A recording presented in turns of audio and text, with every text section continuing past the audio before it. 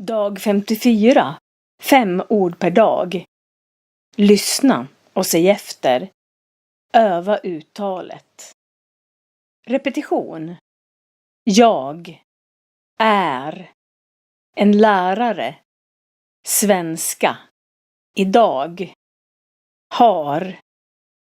Tycka om. Vara. Du lär dig. Min elev. Mina elever. Ett prov. Imorgon. Det är. Stort. Bra. Skriva. Mycket. Varje dag. En läxa. Läxan. Läxor. Läxorna. En läxa. Läxan. Läxor. Läxorna. En skrivning. Skrivningen. Skrivningar. Skrivningarna. En skrivning. Skrivningen. Skrivningar. Skrivningarna. En lektion. Lektionen. Lektioner. Lektionerna. En lektion. Lektionen. Lektioner. Lektionerna. Lära ut. Lär ut. Lära ut. Lär ut.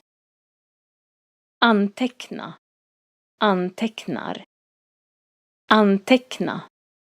Antecknar. Jag är lärare och jag lär ut svenska.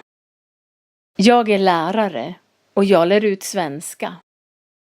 Jag har 5 lektioner idag. Jag har 5 lektioner idag. Jag tycker om att vara lärare. Jag tycker om att vara lärare. Du är min elev och du lär dig svenska. Du är min elev och du lär dig svenska. Mina elever har prov på svenska ord imorgon. Mina elever har prov på svenska ord imorgon. Det är ett stort prov. Det är ett stort prov. Det är bra att skriva mycket. Det är bra att skriva mycket. Det är bra att anteckna mycket.